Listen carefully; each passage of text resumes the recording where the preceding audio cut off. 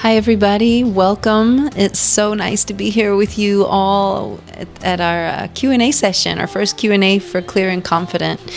And I'm really excited to dive into your questions. And I'll get to all the questions today. I want you to know that we're the team, we're all here for you if you have any more questions or comments, or you're having any trouble accessing any modules or anything like that. I hope that it's going really well for you, and I hope that you're having a great time and learning a lot and being able to utilize a lot of these practices in your daily life and making them work for you, and that they're practical and things like that in your own life. And because that's the point of all of this, is just to make it work for you in your style and your way of life. And let's just get right into the questions. I love this. I love this part of it. So this is a question from Sandra Piper from Sierra Vista. Sandra was wondering if I could recommend any books that we study about the Kriyas to learn more about them and how many there are and what they do. This is so fascinating. Well, Sandra and everybody else that's curious about that, there's plenty of books that we can recommend that have different Kriyas in them. I don't know how many Kriyas are out there. There's thousands of Kriyas out there. And there's thousands of teachers out there that give Kriyas from different traditions. So I can't answer that to a T, but what I can say is that there's a great book that's a beginner's Kundalini Yoga book, and it's written by Shakti Parwarkar. Shakti, Shakti, Parwar, Parwar, Parwar, Kaur, Kaur, and she speaks about beginners, quote-unquote, Kundalini Yoga, but there is really no level to Kundalini, but it's for someone that's just getting into Kriyas and the practice, and it talks about all that stuff. And it's a great book, and I think it's just called Kundalini Yoga. A lot of the Kriyas that I'm teaching in the course come from my own teacher training manuals from being a student of Kundalini Yoga and also being a teacher of Kundalini Yoga, and have been in the teacher training and gotten my certification. So those aren't available to the public. However, there's plenty of books out there on Kundalini Yoga that give Kriyas, and you can find them in bookstores. Gurmukh Kaur is a very famous elder teacher that's been around for like 40 years or something like that, and she's been teaching, and she's been teaching all that time, and she has quite a few books with Kriyas and things like that. So, just look up Kundalini Yoga Kriyas online, and you can find some as well. What I would really recommend out of anything is if you go to our Life Force Academy, lfa.yoga. And that is the Life Force Academy. You can go on my website, and there is, on the navigation bar on the top, you'll see an option that says LFA. If you want to learn about Kriyas and Kundalini Yoga, I think this is the most comprehensive source out there right now, as far as teachings on Ayurveda, so on health and well-being for the body, mind, and spirit, and same with Kundalini Yoga. And it's a beautiful site.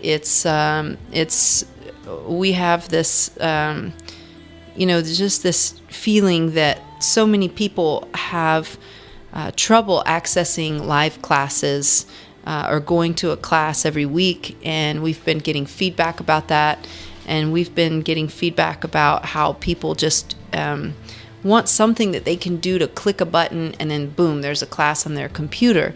So we developed something called the Life Force Academy for that reason, to help people to learn more things like Kriyas, like you're asking about, to just really attain a better quality of life through these simple yet profound teachings and practices. So I suggest you get on lfa.com. That's what I recommend. That's what I highly recommend, and I most recommend, and that's very easily accessible online through your computer, and then you can download things and have them on your computer as well from the Academy. So lfa.yoga, right? great. LFA.yoga. Enjoy. Go there first and foremost, and then there's like a wellspring of information there. This is from Nancy Colby from Vancouver, Washington. Wow. It felt right to sign up for this course. So happy I decided to join. When I did the clearing emotions of the past, after I was done, I got chills up and down my spine. Why does this happen? Well, that's the Kundalini energy, the creative energy that sits at the base of the spine. You unlocked something, so you felt the flow of that energy up and down the spine. And that's natural. That happens with this practice. It's not a big deal. You know what I mean? It's just part of the practice. Sometimes you feel things like that. And sometimes, like, I've been practicing this style of yoga for almost 20 years now, and sometimes I don't feel anything for a long time when I practice it, and sometimes, like, one day I might have a really like wow experience in my body, but none of that really means that you're advancing or you're not advancing. They're just signs that the Kundalini's flowing, and we don't want to get too caught up in like, wow, I felt this and it's so amazing, and then the next time if you do the same thing and you don't feel that, we don't want you to think that like it's not working or anything like that, because it is.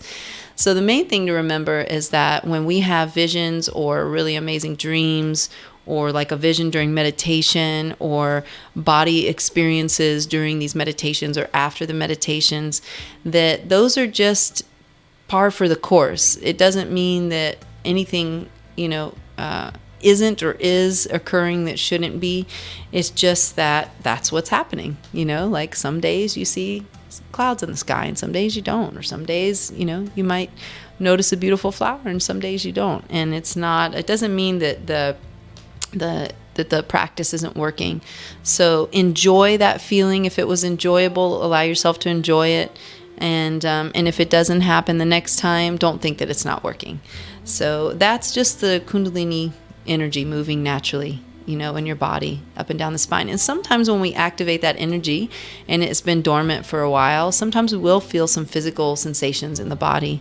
And even sometimes now, after practicing for, like I said, almost 20 years, sometimes I feel a physical sensation, and it might feel a little uncomfortable, or it might feel very blissful or like ecstatic, but it doesn't mean either way that it's like there's something wrong or anything like that. It's just par for the course. It's natural. Anand Dalpriyakar from Langen, Germany. I hope I said that correctly. Okay, she says, Satnam, dear Simrit, if I want to practice the Kriyas taught on a daily basis, but only have a limited time slot for that, is it more effective to, let's say, choose only 2 of them and do them, for example, 11 minutes each, or to do all of them for 3 minutes each? Light and blessings. Okay, well, my answer to that question is it depends on what you want to do. So if you want to do one Kriya and all you have time for is 3 minutes, it's great to get 3 minutes in of one Kriya, then not do anything. If you have 11 minutes and you can do one Kriya in 11 minutes, that's what I suggest instead of breaking them up. Because I think that the longer we can be in one Kriya, I think personally for me, the more opportunity I give myself to go deeper and get more out of it. But with that said, it doesn't mean that you can't get a lot out of it in 3 minutes. If you feel, just go as deep as you can in those 3 minutes and give it your all in those 3 minutes, and you'll get a lot out of it. When you're practicing sincerely, you're going to get a lot out of it. So it's really whatever you put into it. If you have time to do multiple Kriyas, it really just depends on what you want to do. So for instance, if I have 15 minutes on a tour or 10 minutes to get ready, because sometimes that's the case, what I do is I'll sometimes chant while I'm getting ready. I'll do breath of fire while I'm getting ready. I don't even do much breath of fire in my warm-ups because I'm just doing it for like 10 minutes, like while I'm showering and putting lotions on and all that kind of stuff, or 15 minutes or whatever. So sometimes I get 15 minutes of breath of fire in on a tour day because I'm just doing it as I'm getting ready in the bathroom. Do you know what I mean? So like I don't limit myself just to the mat. I just carry it with me throughout the day. When I want to chant and I don't have time to just sit there and chant on a mat or anything, which is most of the time I don't, When I want to do that, I just chant throughout my day. When I'm washing dishes, or when I'm driving, or when I'm walking around, or when I'm getting ready for the day. Incorporate the practices into your life. And if you do have some time, hopefully you can allot some time for yourself during the day where you can sit by yourself and go into a practice with yourself. I mean, that's ideal, right? But it's just not always the real. But if you have time to do that, great. And for me personally, my preference is to do like 3 to 5 warm-ups, anywhere from 1 to 3 minutes each, depending on how much time I have, and then doing one Kriya. And I think that's just really up to how you want to do it. So this question is from Molly from Shoshone, California. And Molly says, "Greetings, Simrit. I am just starting Module 2 with deep appreciation for what you're sharing with us." I'm so glad, Molly, you're enjoying it and that you're appreciating the work. And I very much am really happy to hear that. Already you've given us good information for our practice. As a beginner, I need to refer back to previous lessons so that you may guide me in the warm-ups, chants, kriyas, and closing. Perhaps you have done this already, but will you be putting the practice all together for us so that we don't need to jump from module to module? It would be lovely and most helpful if you would. Nevertheless, thank you. We were supposed to have done this. I'm not sure if it's ready yet. If we were going to make just the practice, so they don't have to go to each module. Wasn't there like a? I'm asking staff right now. I'm asking our team. How does that? How did we break it up? Kriyas per module. But the Kriyas are on their own. It's not like you don't have to watch the whole module. Okay, that's what I was referring to. So I thought that's what I thought was happening. Okay. So yeah, you do have to go to each module to get into the Kriyas for that module, but they're separate than just the teachings. So that I misunderstood your question. But you're asking if we have something separate that's just the Kundalini Yoga by itself, without having to go into a module, and that's like a separate thing. We don't have that because each Kriya is specific to each module that we're talking about. So you do have to go into that particular module to get those Kriyas, and you do have to go back to a module for warm-ups and stuff like that. But we do have, don't we have a separate situation for like how to tune in and all that kind of stuff? Yeah. And how is that? How do we have that listed? So if you want the information on like how to tune in and tuning in together and things like that, there is. Yeah, there's a whole getting started section. There's a whole getting started section. Yeah, and Breath of Fire's in there, and a lot of the fundamentals that we talk about in the course are in that. So you can click getting started and all that information will be in there for you. But yeah, for specific kriyas and things like that, and for warm-ups and stuff like that, you have to go to the specific modules. But that's all you got to do is just like click one of those modules to get into that. But I totally understand, wanting it totally separate on its own. But, do them enough so that you know the practice on your own and you don't even have to click through to find out like how to do, cat-cow. You just know how to do cat-cow on your own. So like you can just like, when you're at home, if you have a few minutes and you want to do cat-cow, you can just do it. But we do have them separated. So the talking part, the teachings part, is separate from the actual kriyas themselves. So it's not like you have to go through the whole part of the talking until you get to the kriyas and find the kriyas that way. So you just have to click on the exercises and the kriyas for that particular module, and it'll take you right to those. They can download them to the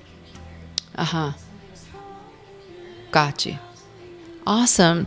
Charlotte was just telling me you can download these to your own computer, so you don't even have to be online to get them. And then they're automatically on your computer, and all you got to do is pull them up when you're ready to do them. So it makes it fairly easy for you.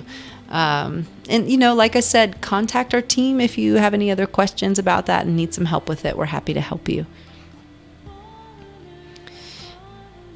This is Tammy from Erdenheim, and I hope I pronounced that correctly. Thank you for offering this amazing course. Do you have any practices you could suggest for cultivating courage and the ability to be seen? That's what this whole course is about. So all the practices in this course help you to develop the courage, and the courage to say what you need to say, no matter who's around, and the courage to be yourself and not worry about what other people are thinking of you. That's what this course is about. So any practice in this course is going to help you to attain that level of awareness in yourself and that level of comfortability in yourself as well. But the key to that is consistency. If you don't have a consistent practice, it's really hard to cultivate that inner confidence. The consistent practice helps you touch into that place of yourself that nothing else can mess with. It's, between you, and there's this infinite wellspring that lives inside of you, this teacher, so to speak, this infinite wisdom that you can tap into that no one else can touch. Only you and you know about that. You know what I mean? So that's what this course is about, is helping you to get in touch with that on a consistent basis so that you're familiar with that feeling and you're familiar with that wisdom and that voice that comes through. And, sometimes it does take some courage to say some things in front of people that might not feel comfortable, and that doesn't necessarily feel comfortable for anybody, even when they do practices every day. But what the practices help us to do is not to be so concerned with how we look and how others perceive us, and to just be inside of our truth. And that's a very powerful place to be. That's a very powerful way to live, because it doesn't mean that everyone's going to like you. It means that your happiness and your confidence and your beauty is not determined by what others think of you and what others think of what you said the other day at the meeting, or what others think that you said yesterday in the hang, with your friends or whatever like that. So, it's always good to be aware of how we speak and to be intentional about that and to be deliberate about that and to do our best not to be impulsive, of course. But at the same time, we have to speak up for ourselves. No one is going to do it for us. Our parents aren't always going to be there for us to do it. And one day we grow up and we have to take care of ourselves. And that's what this course is about. This course is about really looking at the nitty-gritty stuff so that we can really hone in what's really important. And what's really important is to really feel and sit in that beauty and that power and that confidence in ourselves so that we can allow other women especially to do that as well. So any practice that you do consistently in this course is going to help you to cultivate that confidence. That's a great question. And the courage and the ability to be seen, that's all about radiance, and that's all about confidence. And being seen is not about a neediness to be seen. Like no one needs to be seen. You know what I mean? In order to feel that beauty and confidence. Being seen happens naturally when you develop your inner confidence and your radiance and your voice. And I'm not talking about a singing voice. I'm talking about a voice that penetrates and a voice that communicates effectively. And that's what this course is all about. We go into all of that stuff in this course. So take any practice, repeat it, and do it consistently, and you'll start to experience these things in yourself. Oh, what a cool name. Fancy Klimas from Portland, Oregon. What a cool name. I love that name, Fancy. Fancy has 3 questions. Okay, so here we go. Sat Kriya, in one of the introductory workshops, you said you have hands in prayer position for more energy. So we do like this, is what she's talking about. To release more energy, or just the Jupiter finger, like we do like this. And women, you cross your left thumb over your right. Men, you cross your right thumb over your left, and the fingers up like this. And the rest of the fingers interlaced. And she says, she asks, does it make a difference and is it better to use the prayer hands if you're doing it for a shorter time? Well, like I mentioned in the course, it does make a difference. So when you have your hands in prayer pose like this, it releases more energy. So it doesn't matter how much or little time you have. It matters about if you're constantly on prescription drugs, if you're constantly drinking alcohol, like, pretty regularly, if you're taking recreational drugs, things like this, you may not want to do the hands together in prayer pose. This releases more energy. It opens up the faucet, so to speak, so more water runs through. Does it mean that when you do it this way, it's not extremely potent? No, that's not true. It's very potent to do it this way.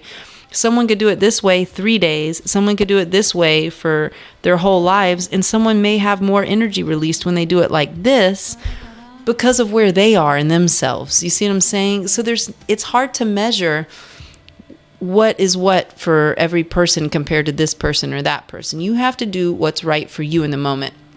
So some days I may do it like this because that's what I'm feeling intuitively. Remember, we tune into that inner wisdom, that intuition, so that we need to feel what feels right. And okay, so if someone's drinking wine every day and they feel like this hands and prayer pose is best for them, so be it. Do that. It's not going to like hurt you or blow you out or anything, but you'll know if that's right for you. So it's not about you can't drink wine or you can't smoke marijuana or you can't, do what you want to do or you can't have prescription medicine. It's not about that. That's not what we're saying. We're just saying that in the teachings, it is said that this hand position releases more energy. So in this hand position, it's not that it doesn't release energy. It releases plenty of energy, but it doesn't release as much as this. So, but like I said, it depends on where the person is. So if I did Sat Kriya like this for 3 days, I might get more out of it than someone does it like this for 20 years. You never know. It just depends on where the person is, how you're feeling, and you really have to tune in with yourself on that level for that. The second question is clearing the arc line meditation. I am moved to chant with the music, but that's not the direction given. Does it matter if I chant with it or not? During the Kriya, yes, it does matter. If it says not to chant or if the directions didn't say to chant, then don't chant with it, because there's specific combination and reason that everything is a specific combination for these Kriyas that deliver specific results. And if they're tampered with, then you're tampering with the results. So for me personally, this is the way I look at it. These Kriyas are like herbal formulas. If I take an herb out or I add an herb in, the result's going to be different. The combination and the mixture creates something totally different. And for these Kriyas, think about it the same way. Or if you're like cooking something, from a cookbook and you leave some ingredients out or you add extra ingredients, it's going to make it different. It's going to alter the final product. So these Kriyas are specifically given in a specific way for a specific reason and a specific result. So I would do the meditation the way that it's given. And then if you feel like chanting another time afterwards, then do that. B vitamins. I thought I heard you mention B vitamins at one point, and yes, I did. Maybe in the second video. I'm not sure which video, but it's possible that it's in the second video. Which B vitamins, and I think I mentioned it a couple times, which B vitamins are recommended and where is a good source? I recommend sublingual drops because liquid and sublingual gets into the bloodstream really quickly, and you don't pee a lot of the B vitamins out. I still when I urinate, I still see some bright yellow after I take B vitamins, but once I started taking B vitamins regularly, I started to feel different in my body, and I started just to feel healthier and more energetic and things like that. And especially for women that have not gone through menopause yet and are still having a regular period, it's especially important to have B vitamins during your period. It really helps lift your mood. And what ones that I recommend, I use one called, from a company, it's very inexpensive, maybe like $10 a bottle, and it's from Solgar or Solaray or Solgar, something like that. It's a brown bottle with like a kind of like a tan label on it, and it's bright orange. The B vitamins that I take, I get them off of Amazon in boxes of like 3 or 4, and I have them for months.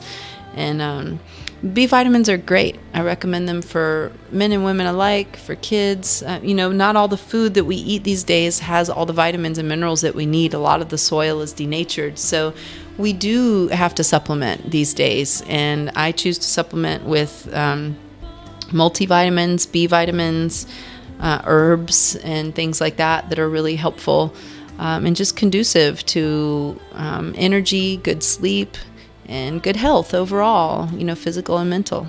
So I would recommend personally for B vitamins a B complex that has B12, especially if you're vegetarian. But B12 is great for everybody.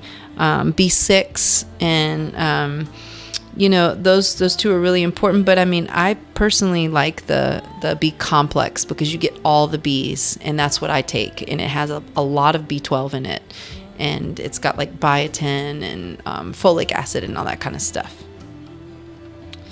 Okay, this is from Monica from Trento.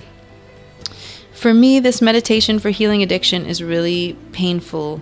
I feel that difficult to stay 10 minutes with my arms up. Is it normal, or is it a subconscious resistance of my body? I really love this course and your vibe. Thank you for saying that. Thanks a lot.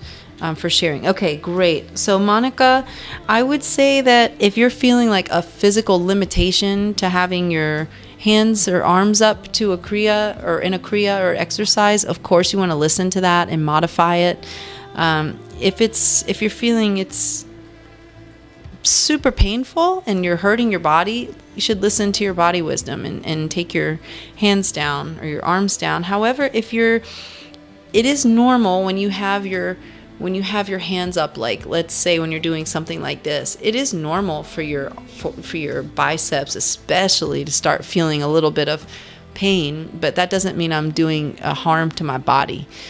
So there's a difference, and you really have to tune into that. If you, like I said, if you have a physical limitation, like if you have something going on with your rotator cuff or your shoulders or your elbows or something, and you can't lift it a certain way, and you're just doing it to be like a martyr, like don't do that. Just take care of your body and listen to yourself. And especially women, when you're pregnant or on your period, you definitely don't want to do a heavy breath of fire on the heavy days of your cycle or when you're pregnant.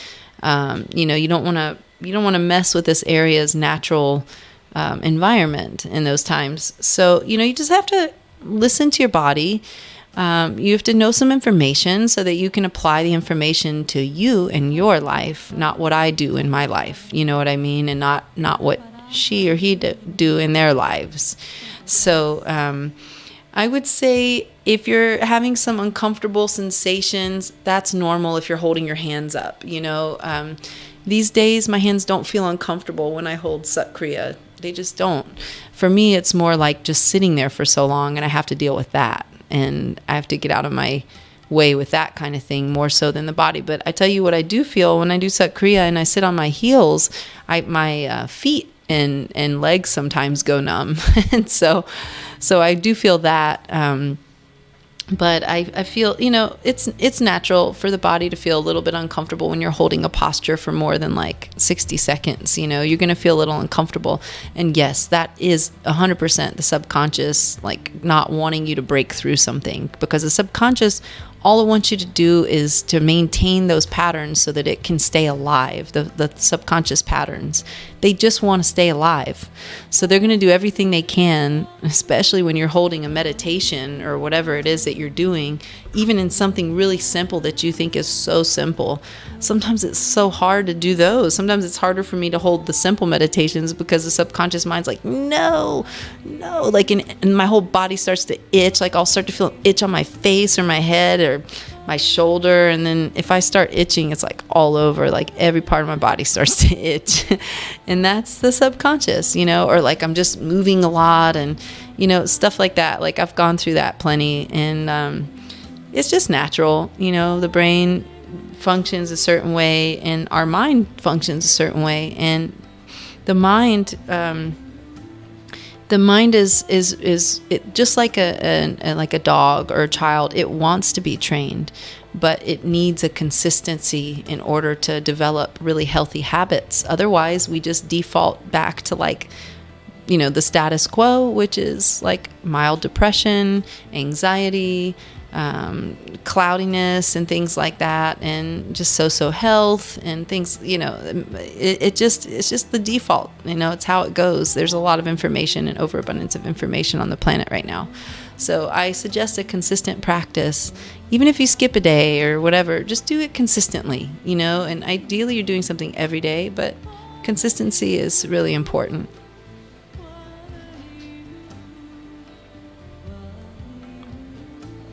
Okay, Monica has another question here, and she says, I would like to know if during the practice of Kundalini Yoga, we have to close every Kriya with a long Satnam, or do we just do that just in the end of all the sessions? And that's a great question. When we open up a session, we open up with Om Namo Gurudev Namo, we open up the space. And we tune in to what we call the golden chain, which is that inner wisdom that's inside of us, but the lineage that we're tuning into as well. When we close a session, we like to chant Satnam when we finish, not because we're trying to be religious about something or because someone says we have to do it, but what it does is it recalibrates the energy, and it consolidates the energy. So that's why we chant Satnam, not because it's like if we don't chant Satnam, we're going to be like up Schitt's Creek, because that's not how it goes. There's many times where I just tune in like this, like if I'm in a rush and I don't have time to sit there for like 2 minutes and tune in, I'm just like Om Namo Gurudev Namo, Om Namo Gurudev, just like do it. It's sometimes I'm tuning in as I'm starting, and I'm just tuning in my head. I'm saying it, or I'm saying it out loud, or whatever it is, or I'm doing like my, I do this one Kriya that's similar to sun salutations, where some of you that aren't familiar with that, it's where you like get on your mat and you're stretching your body in different ways and moving it. But I do these things that are called like yogi push-ups kind of. And sometimes I just get on the mat and do it. And I'm not like tuning in like this for like 3 minutes. Sometimes I'm just tuning in as I'm doing it. And that's cool too. Like I said, you have to make it work for you. And if you don't want to chant Satnam at the end, don't do it. But like, in my opinion, it doesn't take much just to go Satnam. You could just do it like that. You don't have to sit there and be like Satnam, and do that over and over if you don't want to. I mean, just Satnam consolidates the energy, and it kind of seals the deal at the end. So I recommend that you do it, but you don't have to. Right? Just do the Kriyas like they're given, and when you tune in, tune in the way that you can. You don't have, like I said, it's not like, you don't have to make it so formal all the time. Just do it. Just do the practice. Mandy from Berlin, Germany. My band and I were just there like about a month ago. We love Berlin, by the way, and we love playing there. I'm doing the Clearing Arc-Line Kriya every day, and I will continue that aside from the course. That's awesome and good for you. When I add another Kriya from the course or the current 40-day challenge, for example, so Mandy, you must be on the Academy, which is awesome. Which Kriya should I do at first, or it doesn't matter in which order am I practicing different Kriyas? It doesn't matter. You could just do it in whatever order you want. My feeling told me to do at first a Kriya which contains more physical movement and do a quiet Kriya afterwards, but maybe it's more important what purpose a Kriya has. I don't have time to split and do one in the morning and one in the evening, so I always combine Kriyas depending on the time or the needs I have. Thank you so much. Okay, that's a great question, Mandy. You can combine them in any way you want. You could do something, if you feel intuitively that more physical at first, which is what I tend to do too. I get my more physical stuff out of the way first because I feel like it gets my energy flowing and it gets my body in a good place, so it's easier for me to sit. Because I'm telling you, it's harder for me to just do the sitting meditations than it is for me to do the moving meditations. I would much rather do a moving meditation because I'm like doing something, my mind is like focused on doing something. But when I'm not doing anything and I'm just sitting there like this or like this, sometimes that's more challenging. So for me, I like to give myself the biggest opportunity to be as open and receptive and clear, and then my body's been worked a little bit, so I feel like, satisfied in the body. It's easier for the energy to flow. So I tend to do the more physical stuff first, and then the more kind of like chill stuff after that. And this is from Samantha from Jerome. Wow. Okay. Cool. Or maybe Samantha Jerome. I'm not sure if Jerome is where you're from or if that's your last name. And I apologize for this is just the way that I see it in there in the questionnaire. Samantha's wondering, I'm wondering with the Kriya for the arc line and to clear past karmas, if you don't have access to music, can you chant internally or externally and receive same nourishment from the Kriya? The Kriya was given with the particular mantra that we listen to when we do it. Chanting it out loud is not a part of that particular Kriya. So, but you know what? You can always chant internally. I mean, there's nothing wrong with doing that during the Kriyas. And I highly recommend that you do that, actually. So, like, even if there's a Kriya that doesn't give you a specific chant and you're just moving, like, who knows, like this or like this, like, I'm always chanting Sat Nam in my head or Sa Ta Nama in my head while I'm doing things. Sat Nam and breaking it up in Sa Ta Nama balances the elements inside of you. So, and it balances like the 5 elements: water, air, ether, fire, and earth. So I like to chant Sata Nama so I can be doing that at the same time. I mean, the Kriyas are going to do that as well. And chanting any mantra, will help you do that as well. But yeah, definitely chanting and keeping your mind focused while you're doing a Kriya is awesome. And if you're wanting to chant Waheguru, Waheguru, Waheguru, Wahegyo in your head while you're doing that, that's totally fine. But the Kriya doesn't specify to say it out loud. So like I said before in the previous question, if it doesn't specify to chant out loud, I wouldn't do it, because that tampers with the effects of the Kriya. This is very specific and scientific Kriyas, exercises that we're giving here. They're not just like something that we made up and it's just like a free-for-all. No, these are like tried and true Kriyas that actually work, go in and change the physiology, the brain chemistry of a person. Like, they really have these scientific proven effects. I mean, they're studying these things at UCLA right now as we speak with mantras and yoga and Kriyas and things like that. So yeah, they have specific effects. Just do exactly what the instructions say, and then, if you want to chant internally, cool, do that. And if you want to chant aloud afterwards, cool. And there's some Kriyas where we're chanting aloud during the Kriyas. So I would just do how the Kriya is taught, because you're going to get the most out of it that way.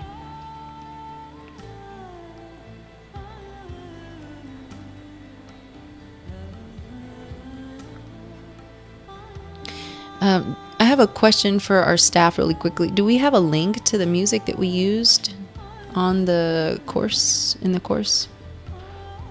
for like the clearing the arc line and past karmas Kriya? Do we have a link to that music?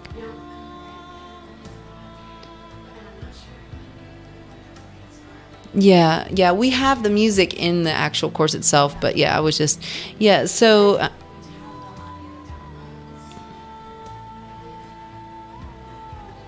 okay. If you have any questions about where to access that particular, the chant that we use during those Kriyas, just let me know, or let our team know, and we'll help you with that. But we have the music that's in the actual course itself where we're teaching that Kriya, so you have the music in there. But you're asking if you do it on your own without it, can you just chant aloud? But I would say if it's not the instructions for the Kriya, don't do it. You can chant in your head. But if you have any questions about where to access that particular song, then our team can help you find that. So just reach out with any questions like that to our team, and they'll happily help you find access to that song. This is from Stephanie from San Diego. Stephanie says, I recently had a high vibe spiritual friend turn on me for the worst.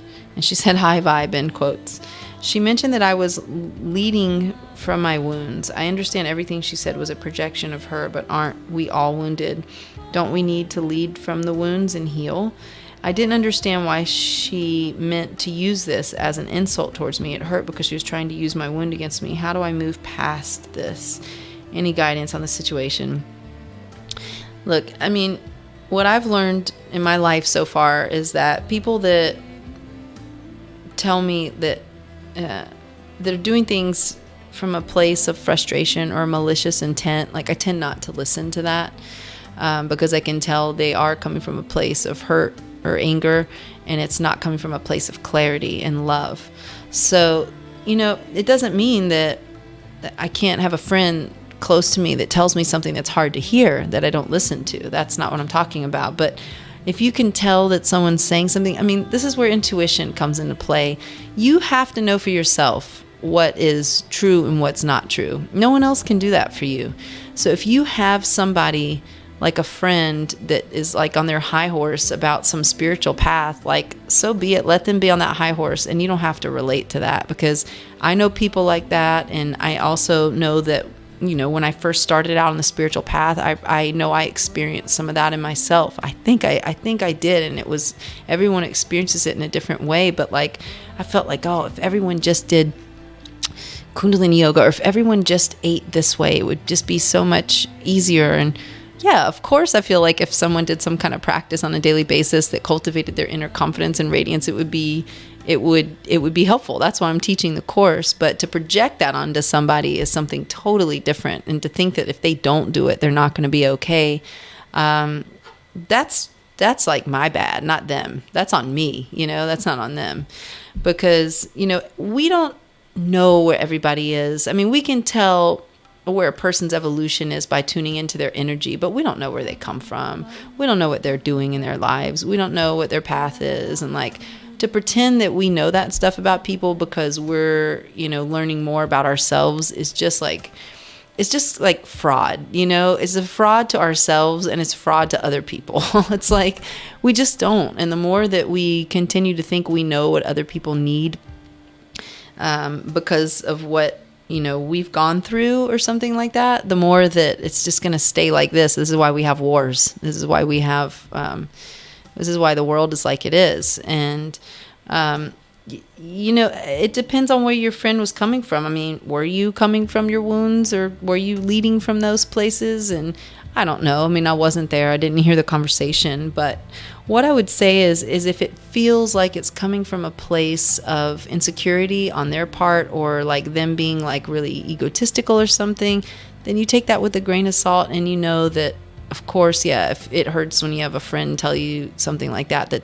doesn't apply. But at the same time, if you know that they're coming from a place of being like egotistical or on some spiritual high horse or whatever it is, then you know that's where they are. And that, to me, thinking that your way of doing things is more spiritual than someone else's way is totally elementary. And I feel that people now that I meet that feel that like they have to talk about their whole thing with me all the time, like their spiritual stuff, what they do all the time, and like their path or how I'm not following, like, to me that's like elementary stuff right there. That's just like to me that's just like not even scratching the surface. It's like, oh, we're there. That's like that's just like, it's trite.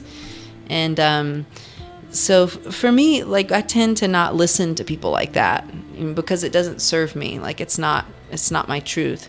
But yeah, of course it hurts when a friend does something out of character, or when they say something, that doesn't feel good to you or that triggers you or something. Yeah, of course. And we all have wounds, 100%. Every single person on this planet has wounds. That's why we're here, to work through those. Otherwise, we wouldn't have been born on the planet. And that's what the earth is all about, is working through that stuff together and helping each other. So there's some people here that might have maybe less wounds than others because they've worked through a lot of stuff. But everyone has scars and everyone has wounds, and everyone is here just to try to like work it out. So the best that we could do is the best that we can do in the moment, and that's where we are in the moment. And so sometimes your friend might be in a certain place, it doesn't resonate with you, but they're just doing the best that they can, and they think they're doing good sometimes.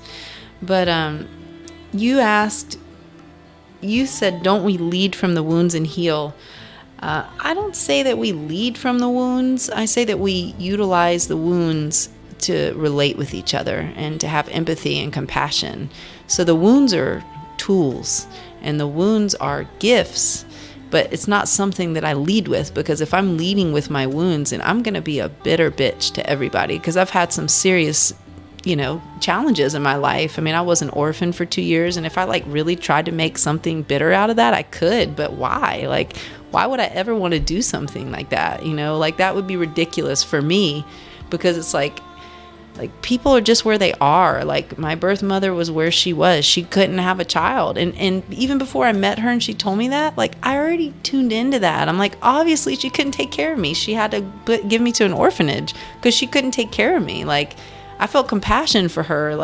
God, there's been many times as me being a mother where it's been super hard, and I've just been like, oh God, I understand that. I get it. It's I understand feeling that if everyone just did something like this, it would just be a better place or easier. But yeah, I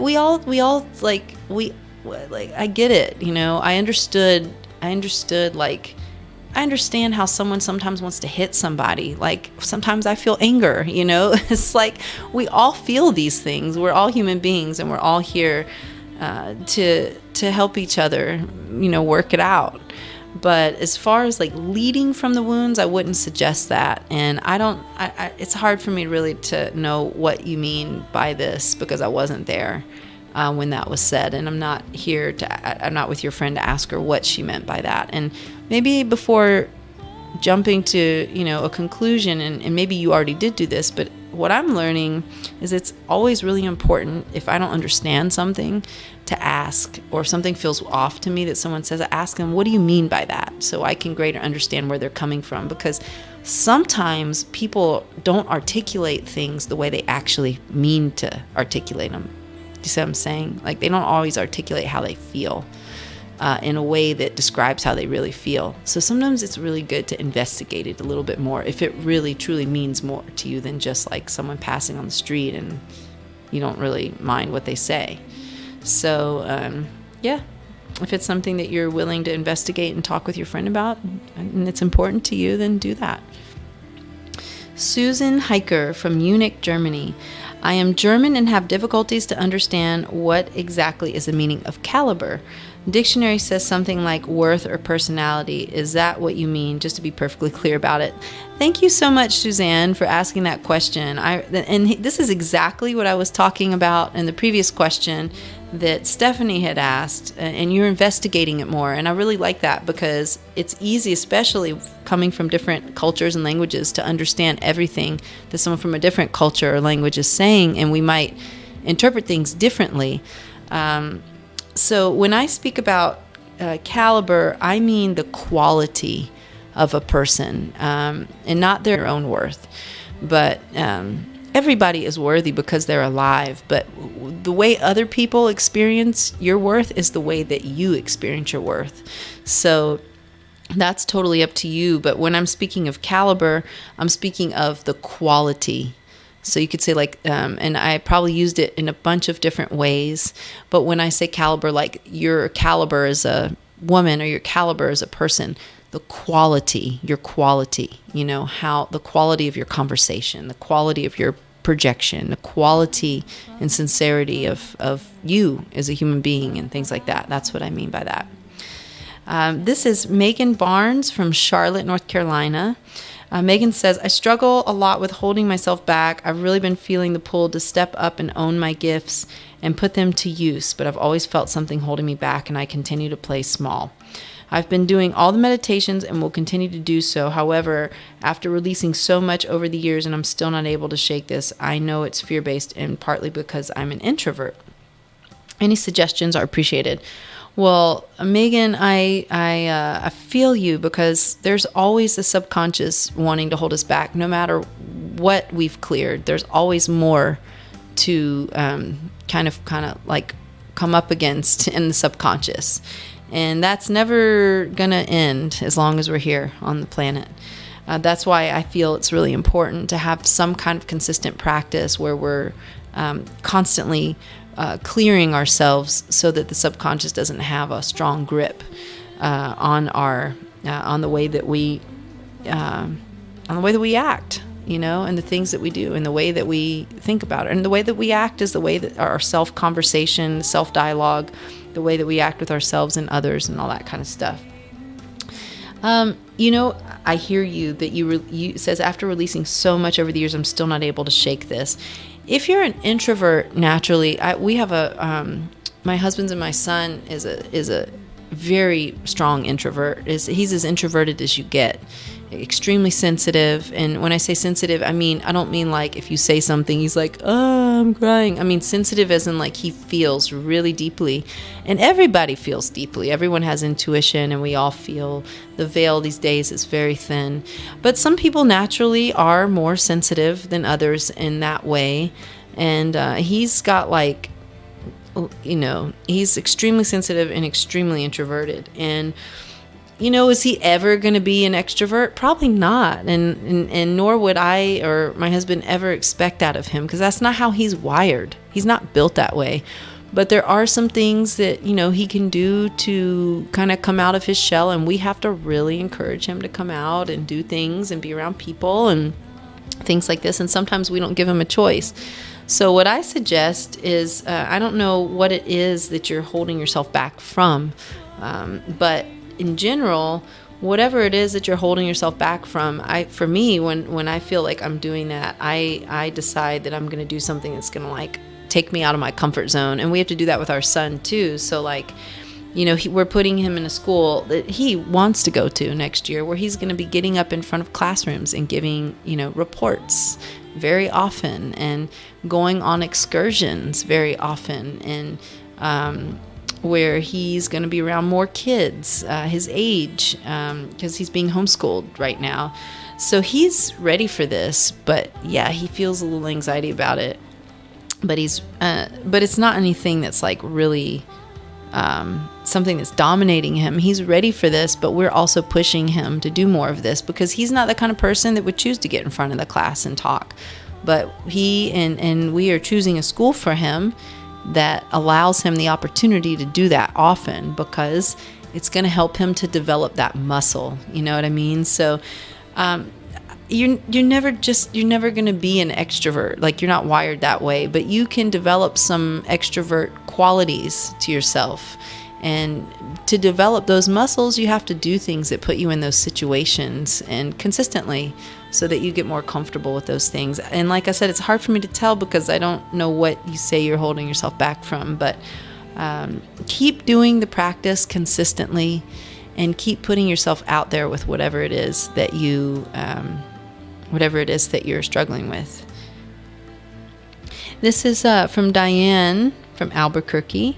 Could you please explain in more detail about the Kriya for clearing arc lines, since it is the flagship? I'd like to know more about the mechanic of clearing and cleaning in regards to visualizing where the energy is flowing. It seems vague to me. Clearing the arc line, the mechanics of it, I don't really know what you mean by that. The mechanics of the Kriya itself, or how the Kriya works scientifically. I'm not a scientist, so I'm not going to be able to talk with you like a scientist, if that's what you mean. But I'm not really clear on what you're asking there. The mechanics as far as doing the Kriya, I think we explained that in great detail. So I'm assuming from what you're saying, because I know that we explained how to do the Kriya, you're wondering how the energy flows. Is that what I think that's what you're asking? Well, when we're talking about the arc line, I'll speak to the energy of the arc line. It's the base of the aura, and the aura is the electromagnetic energy field. The arc line is, for women, goes from nipple to nipple, and also from earlobe to earlobe. And men have an arc line that goes from earlobe to earlobe, but they don't have the arc line from nipple to nipple. And when we clear the arc line's where we store a lot of imprints of past traumas, experiences, partners from sexual relationships and things like that. And when we have imprints in the arc line, then that has a tendency to be like a windshield with like a bunch of bugs on it, and you can't see, or like a dirty windshield, you can't see clearly.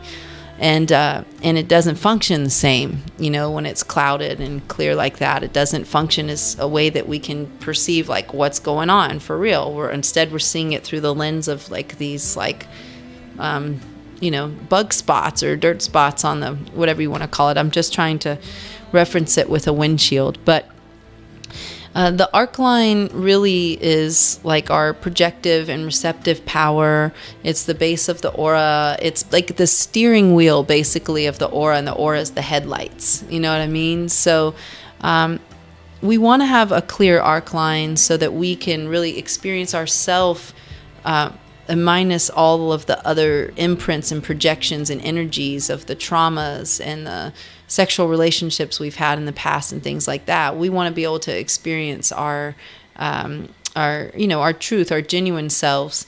And when the arc line is clear, it has an ability to filter in and filter out the things that don't serve us without us having to think about it.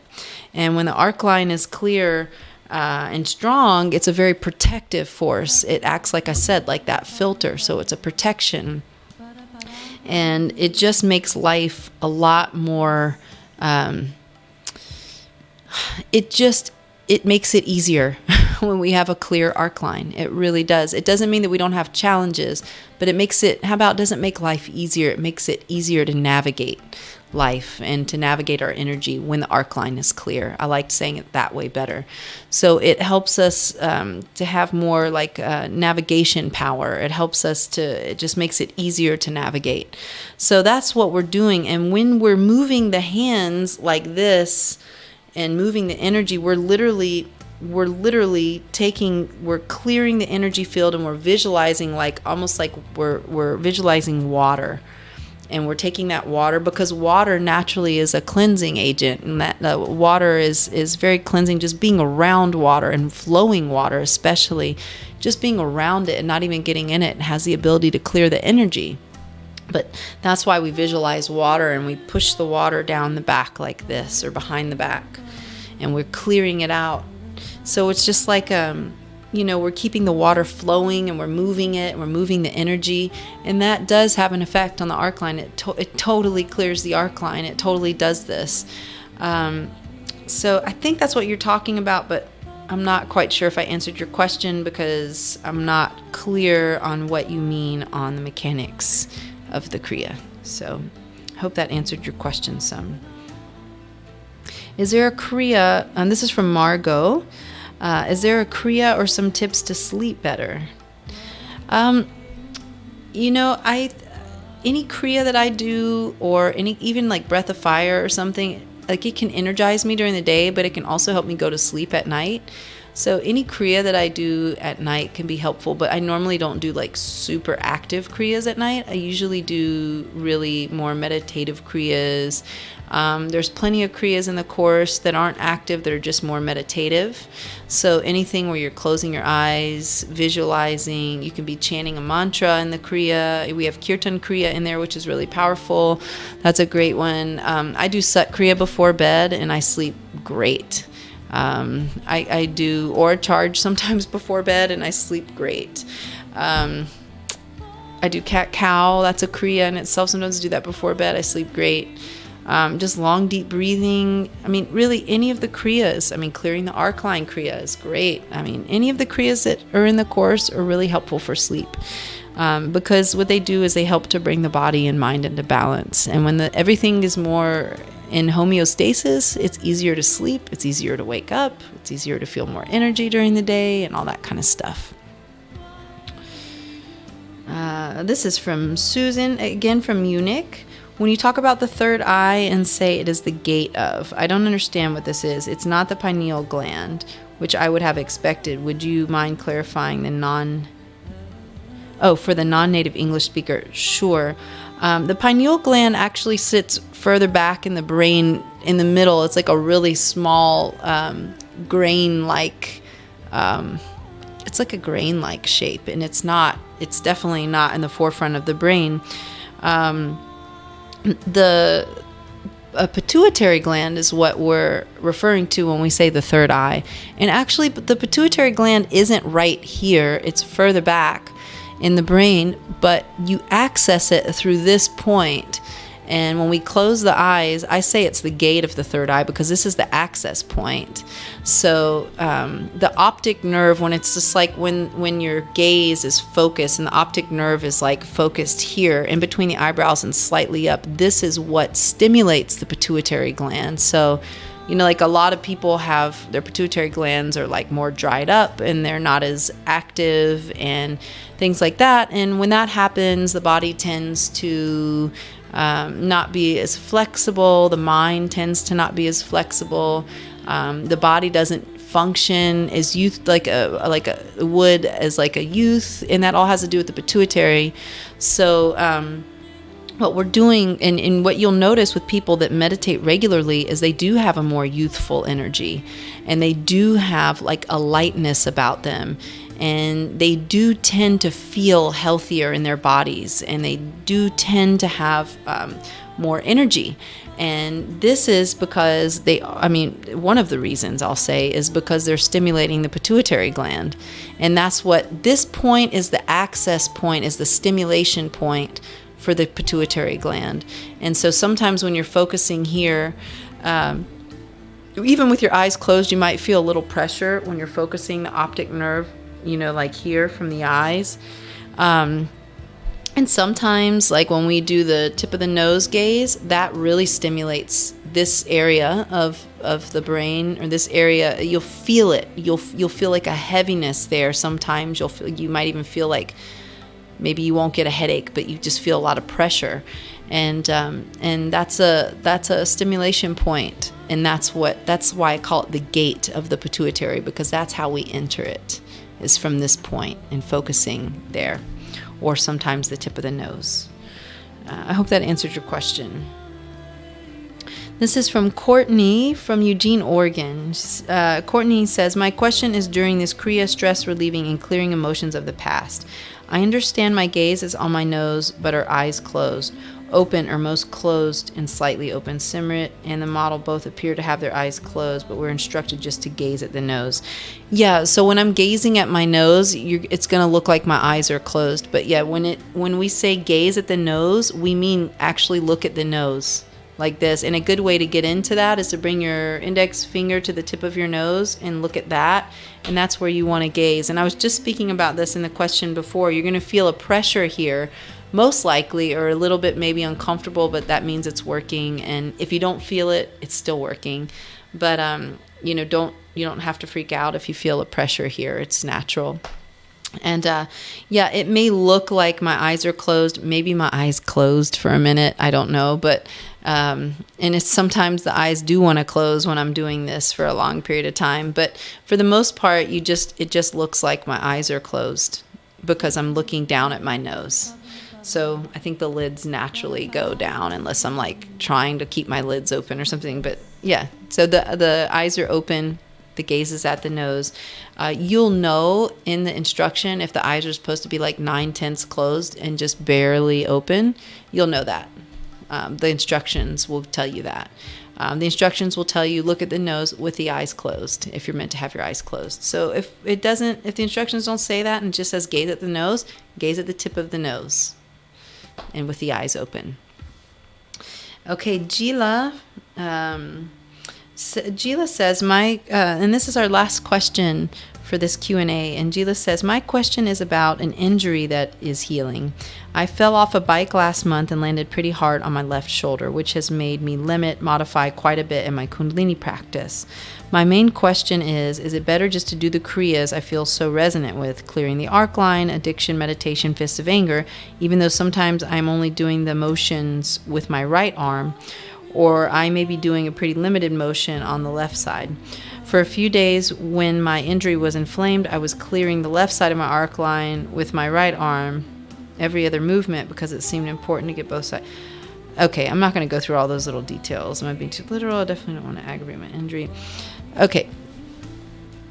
I would love to hear your thoughts on this. Okay, so what I'm getting from this is that you have an injury and you have some limitations. And when we have limitations in the body, it's really important to modify, because you don't want to, like, if you have an inflamed shoulder, you don't want to do something like a Kriya that's going to inflame it more. It's not like the Kriya is going to get rid of the it can help get rid of the inflammation, but you doing it and making yourself really uncomfortable and causing a lot of pain is going to inflame it more. So just modify it in the best way you can. So if you really love that Kriya, but you can't use your shoulders and you can use one hand, that's fine. You can use one hand, but what I suggest is that maybe you can't go all the way like this, maybe you modify how far you go and maybe just go like this, where you still do the motions, and or if you can't do it at all, then don't do that Kriya. There's plenty of Kriyas in the course that you can do where you're sitting there like this. Like Kirtan Kriya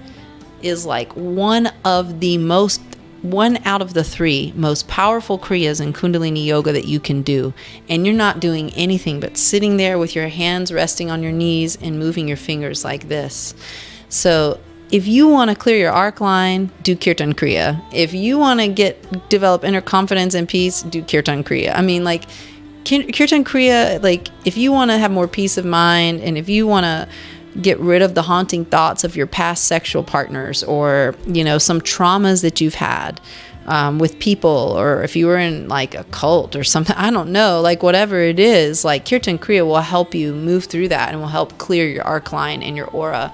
So if your limitation is something that's like hindering you and you feel that you're not fully able to do the Kriya, if you can't do something like this, like, because I know you said you really love this Kriya, or the addiction Kriya where you can hold up like this, Kirtan Kriya will help you release your addictions. Like, I'm telling you, like you can do Kirtan Kriya every single day and you're going to start to drop really unsupportive habits, not even thinking about it. They'll just start to drop off. Like, you could like smoke marijuana every day and do cocaine, and if you add Kirtan Kriya to your everyday regimen, you'll just those habits that aren't supporting you and serving you in the best way are going to drop off naturally, because your brain's going to start to rewire, and the chemicals in your body are going to start to change, like the quality of the chemicals that you secrete and things like that.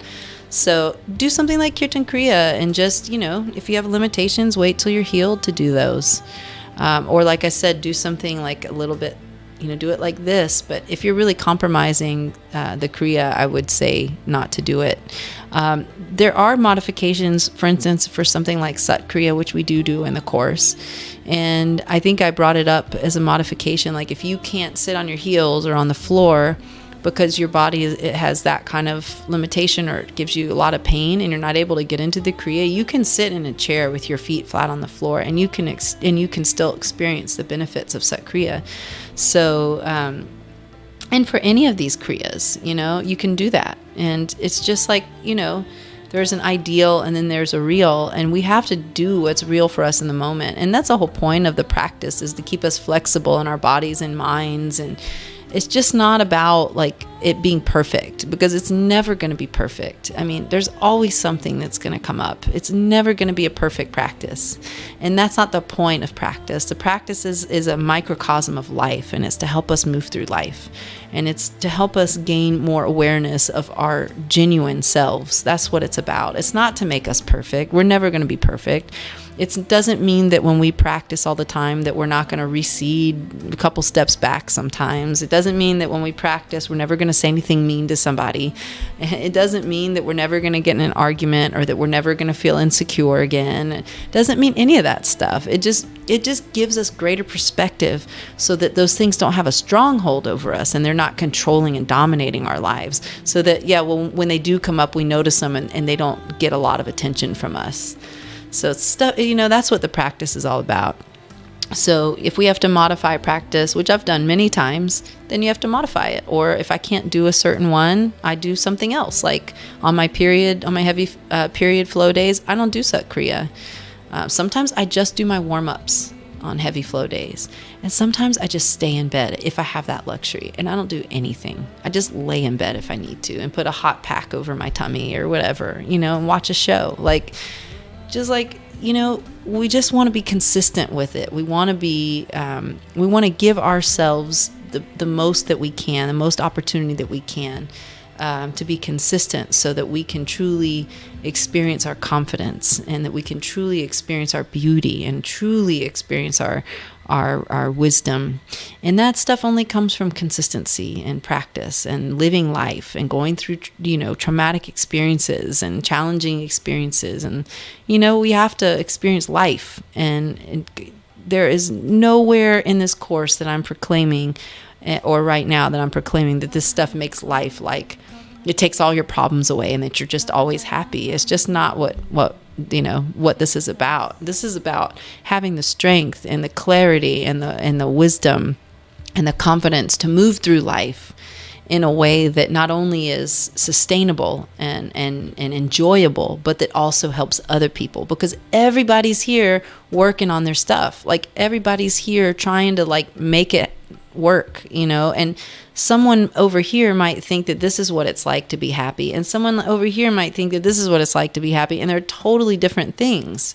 So it's just like we're just wanting to enjoy ourselves and life more, because it's already hard enough to be here. It's not like a breeze to live on the earth.